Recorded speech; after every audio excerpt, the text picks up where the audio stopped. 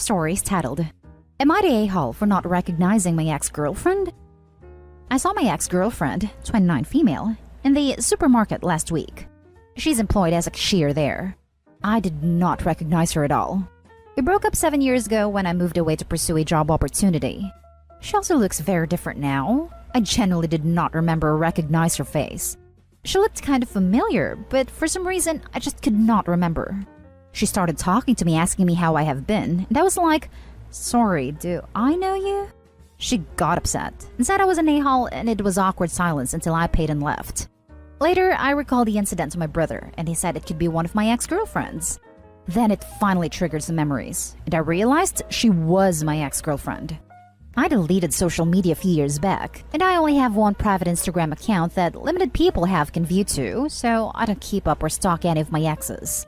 Additionally, this particular ex had gained a lot of weight since we broke up, and she looked completely different from when we were dating. I saw her again this morning and told her that I was purposely ignoring her, but that I just didn't recognize her at first. She said she doesn't believe that, as we were together for 3 years, and it is impossible to forget someone you dated for 3 years. I pointed out that she looks very different now, and she teared up and asked me to get lost. My brother says she made a Facebook post about me. When your ex says he doesn't recognize you because you got too fat. The post got a lot of attention from her friends saying I was an a-hole. I didn't want to hurt her feelings, but it turns out I did. I'm not going to approach her anymore, but I want to know, am I the a-hole for not recognizing my ex-girlfriend? Edit. The face masks don't apply here because she was wearing a transparent face shield, not the face mask. All the employees serving customers at the store were wearing face shields. I was wearing a face mask, but I have a distinctive scar near my eyebrow that makes it easier for people to recognize me. Now for the top comments. Did you accidentally insinuate that you couldn't recognize her because of her weight gain? I think she might just have some insecurities and problems she needs to work through. No matter what you said or how you said it, she would have come out upset. Not the a-hole. I came here to say this.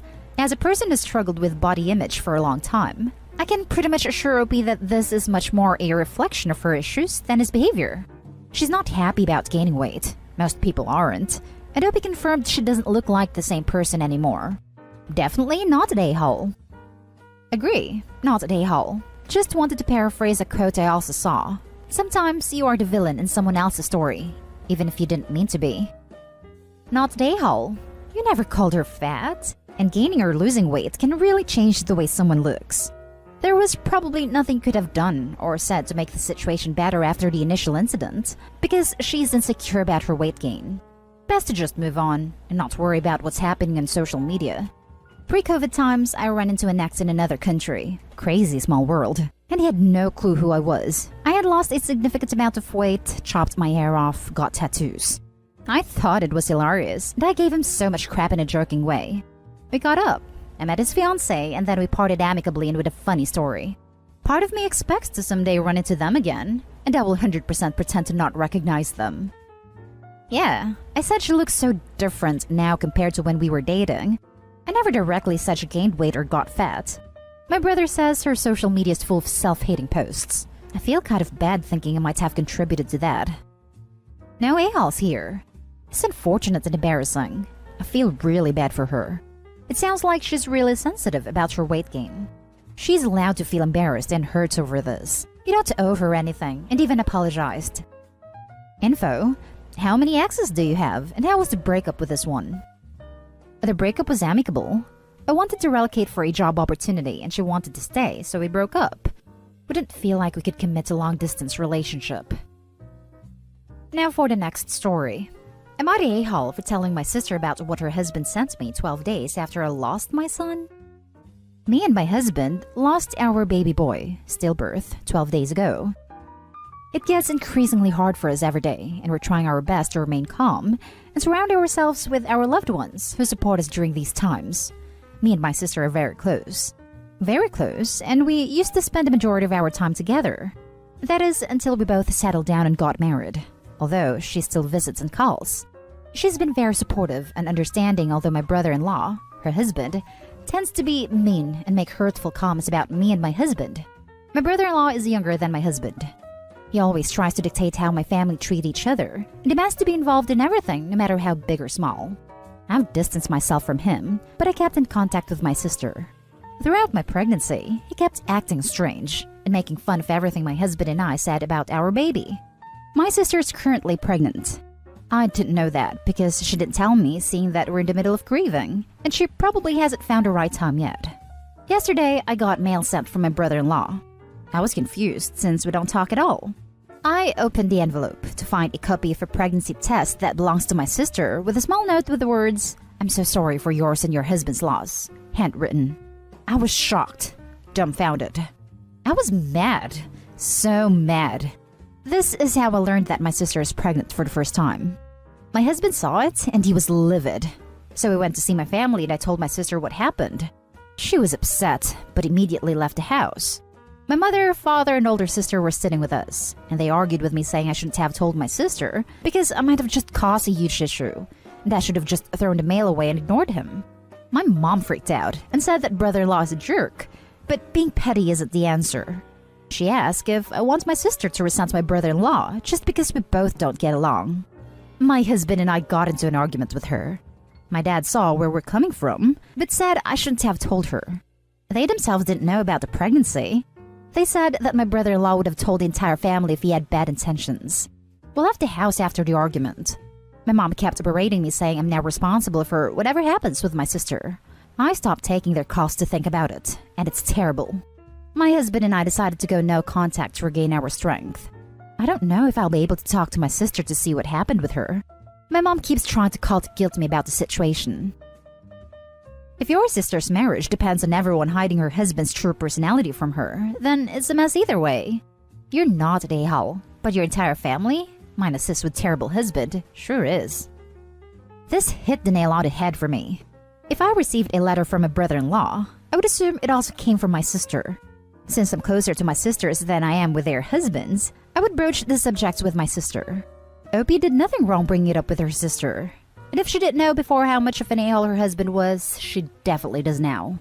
Seems like she's got some decisions to make before the baby comes. This whole just ignored hate mail crap is infuriating. If my wife had been sent something this freaking malicious, I'd probably be checked for rabies due to the foam coming out of my mouth. Not the a-hole. Christ. Your brother-in-law went out of his way to try to be hurtful to you and your husband. He knew what he was doing, and your sister had a right to know what type of man she married. This wasn't a simple pregnancy announcement. He went out of his way to send you the used tests. Who does that? I'm so sorry for your loss, and for this awful attack that was made on you. Exactly. Her family saying that brother-in-law would have told the entire family if he had bad intentions makes no sense. Him only telling her sister who just lost a baby is the bad intention. He made sure she and her husband knew, but not the rest of the family. That was clearly malicious intent to go out of his way and hurt the sister and her husband. He's incredibly awful, and they needed to know that. But they seem like they're the type of family that would sit on things and not deal with them because they don't want to face anything which causes the victim to be hurt further and the person with bad intent to keep getting away with things. Just sweeping things under the carpet, enabling abusers. 100% not a a-hole. Not a a-hole. Your brother-in-law sounds psychotic. There was no need to send you their pregnancy test. That's some abhorrent crap right there. Anyone saying you've caused drama needs a wake-up call. Your brother-in-law caused the issue when he decided to be a sicko. I am so dreadfully sorry for your loss. I'm sending you lots of love and light. I hope you'll be okay. Next story is titled, Am I the a-hole for telling my husband that his behavior is completely inappropriate? My husband's mother has never liked me, and she was witchy from day one. Honestly, she never did anything egregious, but I don't tolerate bullying, and he had never been close to her, so we went no contact. We still had a relationship with father-in-law and one sister-in-law, though mother-in-law's other daughter chose not to have a relationship with us. I could tell for a while that it was bothering father-in-law. He was very withdrawn at our wedding, and when I tried to comfort him, he snapped at me that I have no idea how much it hurts to be there without his wife. Mother-in-law almost died over the summer due to a freak accident in a friend's boat. She was in a coma for a couple of days and has had to do physical therapy. Father-in-law called us when she got home and said he can't see us anymore, because when he was looking at her in a coma, he couldn't live with the fact that he hangs out with people who hate her, and he can't play both sides anymore. My husband got very upset and asked him to reconsider, but father-in-law said from now on they are a package deal, and if we can't respect her, he can't see us. My husband has been devastated, and I've been trying to help him work through it, but he has gone to their house multiple times to talk to his dad. Father-in-law will not see him unless he apologizes to his mom, though mother-in-law said that she doesn't want to see him and doesn't want an apology. The last time dear husband went over there, the sister-in-law we're estranged with called the cops. I sat down with him recently, and we had a serious conversation about how it isn't okay. I said that he needs to respect his dad's boundaries. He can't trespass, and he can't force a relationship. I told him point blank that his actions were completely inappropriate. He is now mad at me for not having empathy, and said that was a robotic response, and he can't lose his dad. Edit for some of the stuff she did. She would not eat my cooking, and clung to father-in-law's arm whining that she was hungry. She was constantly making jokes about my outfits, and my husband must really love me to put up with her frumpiness. When father-in-law bought her things, she would literally be like, "I got something and you didn't." She made jokes about spending all of father-in-law's money because she didn't want us to get any when they died, including sending my husband a picture of a hotel room full of shopping bags and saying, "Your inheritance." She tried to hijack her daughter's wedding and make it a party for herself. She whined and talked in baby talk constantly, because father-in-law thought it was cute. She kept giving me marital advice when she had been asked to stop, and then said I was doing marriage wrong because my husband doesn't baby me. She sprayed me with a hose while she was watering her dog, and then just laughed and would not apologize, and said I should get a sense of humor. Now for the top comments. Not Dayhall. Doesn't he understand the concept of no? His parents are telling him no. He needs to respect it and work through his feelings on his own, without repeatedly bothering two traumatized people. The husband doesn't want to lose both of his parents. I do, however, think that his parents are both a-holes. No a-holes here. Your response is logical and he is emotional. You're right, but he's going through a lot. Both the mother-in-law and father-in-law sound like a-holes though. They're pinning this all on you too, rather than accepting that the mother-in-law is just at fault, based on what's provided, for the schism. Can you give some more specific examples of how she treated you? How did you respond? On the face, I agree with you, but it sounds like Opie's leaving a ton out. Going no contact with a mother-in-law simply because they don't get along seems pretty extreme. I would be with you, except for she was witchy to me and honestly never did anything egregious. Almost every mother-in-law is witchy, and we'll put up with that. Their entire threads about mother-in-law from hell would sound reasons to go no contact. To go no contact over witchy behavior, even with your dear husband's blessing, sets you all up for issues later. We were in a no contact situation over some actual egregious behavior from both in-laws, and it ate my husband up emotionally. They are his parents, and I realized if it was perceived that I caused a rift, even though it was joint, he would resent me. While no contact was healthier for me, it was not for him, and therefore not healthy for us. Over time, this may lead to resentment, especially if something happens to his dad and he has not spent time with him. You may become the monster in all of this, because it is easier to blame and lash out at you than directing his guilt and anger evenly. Perhaps seeking a professional marriage counselor with some individual sessions will help you both to navigate this and come through stronger with a way for him to reconnect in some sort of way. There are no a-holes here, yet, but not comprehending the grief your husband is carrying and having empathy would put the title on you. Now for the last story. Am I the a-hole for telling my son he can't live with his dad? My son, 13, I will call him Ray, recently started asking to live with his dad. I currently have full custody and his father, I will call him Adam, is behind $50,000 plus in child support. Relevant to know, he moves around and takes jobs off the books, if he even has a job. I, 30 female, have a steady job, a house where he has his own room, live within a great school district and provided solely for him his entire life. Adam and I split when he was a baby, and he made communicating hell. He denied it was his son and wanted a DNA test. Spoiler, Ray was his. Adam was deplorable towards me and blamed me for all the terrible things in his life.